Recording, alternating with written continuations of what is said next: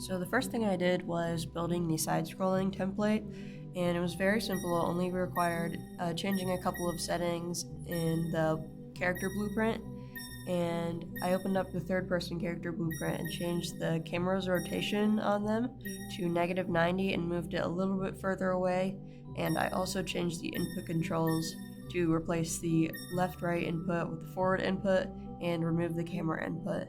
I also changed the character's gravity so that you could jump a lot higher.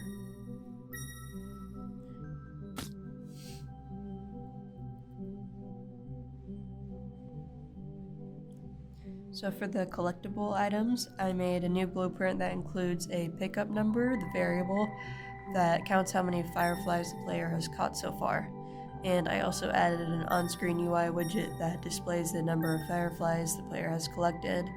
And then for the firefly itself, I made the model in Maya and I made the emissive material in Unreal Engine.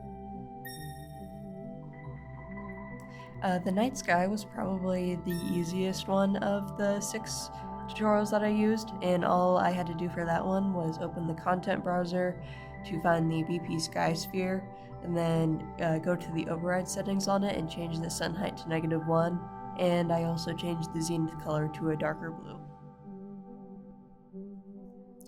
So for obstacles, I added these red spiky mushrooms that appear in the caves, and when they're touched, they teleport the player back to the surface.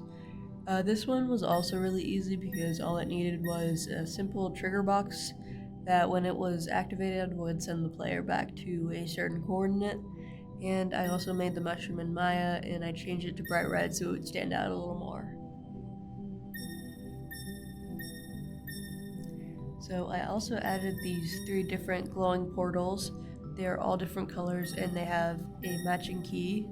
And this one was basically creating a blueprint with a boolean that shows if the player has a key or not. And same as the collectibles, the key automatically gets picked up when it's walked into, and if you have the key, then the matching door will automatically open up. So at the end of the game, I have a windscreen pop up. It basically just uses a trigger volume and a UI widget that pops up the windscreen, as well as pausing the game so the player can't move while the windscreen is open, and also the trigger volume will only be activated if the player has all 100 fireflies in their inventory, otherwise it will not activate.